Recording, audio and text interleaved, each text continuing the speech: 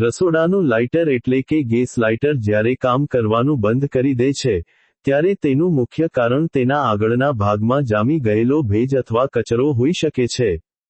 શ્યામકુમારના નમસ્કાર. આજના વિડીયોમાં આપનું સ્વાગત છે.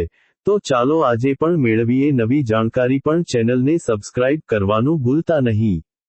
રસોડામાં રસોઈ કરતી વખતે ઉડતા તેલના કણો અથવા વરાળ લાઇટરની અંદરના ભાગમાં જમા થાય છે, જેના કારણે સ્પાર્ક તણખો થવાનું બંધ થઈ જાય છે.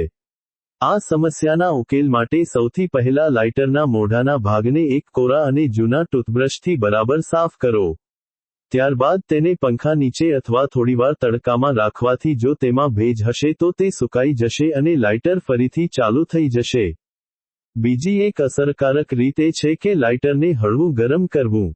જો લાઇટર ભેજને કારણે જામ થઈ ગયું હોય, તો ગેસના બીજા બર્નરની ગરમી પાસે થોડા અંતરે તેને એકાદ મિનિટ પકડી રાખવાથી અંદરનો ભેજ ઉડી જાય છે. ધ્યાન રાખવું કે લાઇટરને સીધું અગ્નિમાં ન મૂકવું, માત્ર હૂંફાળી ગરમી આપવી. આ ઉપરાંત, લાઇટરના આગળના કાણામાં ક્યારેક લોખંડનો કચરો કે કાર્બન જામી જાય છે, જેને તમે એક પાતળી સોયની મદદથી હળવેથી સાફ કરી શકો છો. સાફ કર્યા પછી લાઇટરને જોરથી ખંખેરવાથી અંદરનો છૂટો પડેલો કચરો બહાર નીકળી જશે.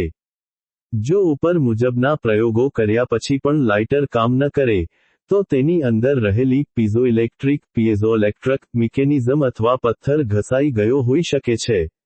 ગેસ લાઇટર સામાન્ય રીતે રિપેર કરવા માટે બનાવવામાં આવતા નથી અને તેની કિંમત પણ ઓછી હોય છે. તેથી જો સફાઈ કરવા છતાં તે કામ ન આપે તો સુરક્ષાના હેતુથી નવું લાઇટર ખરીદવું જ હિતાવહ છે. ક્યારેક લાઇટરને પથ્થર પર કે જમીન પર હળવેથી પછાડવાથી પણ અટકેલો સ્પાર્ક ફરી શરૂ થઈ જતો હોય છે, પણ આ રીત કાયમી ઉકેલ નથી.